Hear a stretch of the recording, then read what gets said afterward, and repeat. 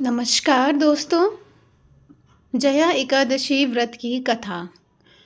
धर्मराज युधिष्ठिर बोले, हे भगवान, आपने माघ के कृष्ण पक्ष की षटतिला एकादशी का अत्यंत सुंदर वर्णन किया। आप स्वदेज, अंडज, उदेज और जरायु चारों प्रकार के जीवों के उत्पन्न, पालन तथा नाश करने वाले हैं। जब आप कृपा करके माघ शुक्ल एकादशी का वर्णन कीजिए।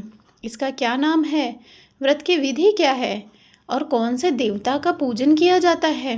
श्री कृष्ण कहने लगे, हे राजन, इस एकादशी का नाम जया एकादशी है। इसका व्रत करने से मनुष्य ब्रह्म इत्यादि पापों से छूटकर मोक्ष को प्राप्त होता है। इसके प्रभाव से भूत पिशाच आदि योनियों से मुक्ति हो जाती है। इस व्रत को विधि पूर्वक करना चाहिए। अब मैं तुमसे पद्म पुराण में वर्णित इसकी महिमा की एक कथा सुनाता हूँ। देवराज इंद्र, इसलिए तुम्हें धिक्कार है। अब तुम दोनों स्त्री पुरुष के रूप में मृत्यु लोक में जाकर अपने कर्मों का फल भुगतोगे। का ऐसा शाप सुनकर वे अत्यंत दुखी हुए और हिमालय पर्वत पर दुख पूर्वक अपना जीवन व्यतीत करने लगे। उन्हें गंध, रस, स्पर्श आदि का कुछ भी ज्ञान नहीं था। वहाँ उनको महान दुख मिल रहे थे। एक क्षण के लिए भी निद्रा नहीं आती थी। उस जगह अत्यंत शीत थी। उनके रोंगटे खड़े हो रहे थे और शीत के मारे दांत बज रहे थे। एक दिन पिशाच ने अपनी स्त्री से कहा, पिछले जन्म में हमने ऐसे कौन से पाप किए थे जिससे हमको यह दुखदाई पिशाची योनि प्राप्त हुई है। इस पिशाची योनि से तो नरक के दुख सहना ही उत्तम है।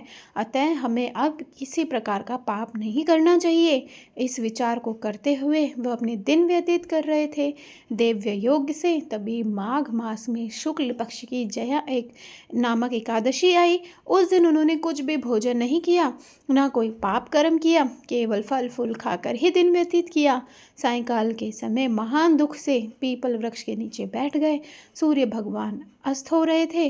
रात को ठंड बढ़ रही थी। इस कारण दोनों शीत के मारे अति दुखित होकर मृतक समान आपस में चिपटे हुए पड़े थे। रात्रि में उनको निद्रा भी नहीं आ रही थी। हे राजन, जया एकादशी के उपवास और रात्रि के जागरण से दूसरे दिन प्रभात होते ही उनकी पिशाच योनि छूट गई। अत्यंत सुंदर गंधर्व व अप्सरा की देह धारण कर सुंदर वस्त्र भूषणों से अलंकृत होकर उन्होंने स्वर्ग लोक को प्रस्थान किया। उस समय आकाश में देवता उनकी स्तुति करते हुए पुष्प वर्षा करने लगे। स्वर्गलोक में जाकर इन दोनों ने देवराज इंद्र को प्रणाम किया। इंद्र इनको पहले रूप में देखकर अत्यंत आश्चर्यचकित हुआ और पूछने लगा, तुमने तो अपनी पिशाच योनि से किस तरह छुटकारा पाया, यह तो बतलाओ। माल्यवान बोले, हे देवेंद्र, भगवान विष्णु की कृपा और जया एकादशी के व्रत के प्रभाव से हमारी पिशाच देह छूटी। तब इंद्र बोले, हे माल्यवान, भगवान की कृपा और एकादशी का व्रत करने से न केवल तुम्हारी पिशाच योनि छूट गई, वरन हम लोगों के भी वंदनीय हो गए, क्योंकि विष्णु और शिव के भक्त हम लोगों के वंदनीय हैं। आप धन्य हैं।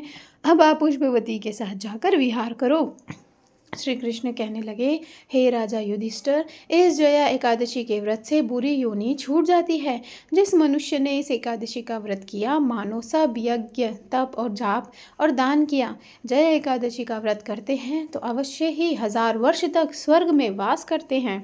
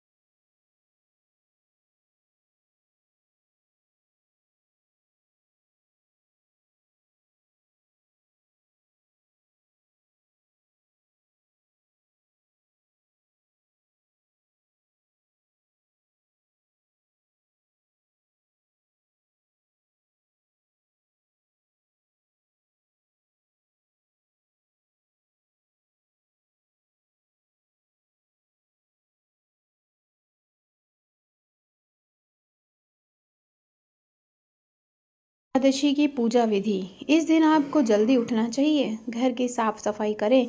झाड़ू पोछा करने के बाद यदि हो सके तो घर में गौमूत्र का छिड़काव करें और शरीर पर तिल या मिट्टी का हल्का सा लेप करके ही स्नान करें। घर में पूजा के स्थान या पूर्व दिशा में किसी साफ जगह गोमूत्र छिड़क कर वहाँ पर गेहूँ रखें, उस पर तांबे का लोटा कलश रखें और जल से भरें। अशोक के पत्ते या डंठल वाले पान रखें, नारियल रखें, कलश स्थापित करें। फिर भगवान विष्णु की मूर्ति रखें, भगवान विष्णु की पूजा करें, दीप जलाएं, पूरे दिन उपवास रखें। अगले दिन कलश का स्थापना हटा दें और कलश का पानी पूरे घर में छिड़कें और बचा हुआ पानी तुलसी माता को दान करें।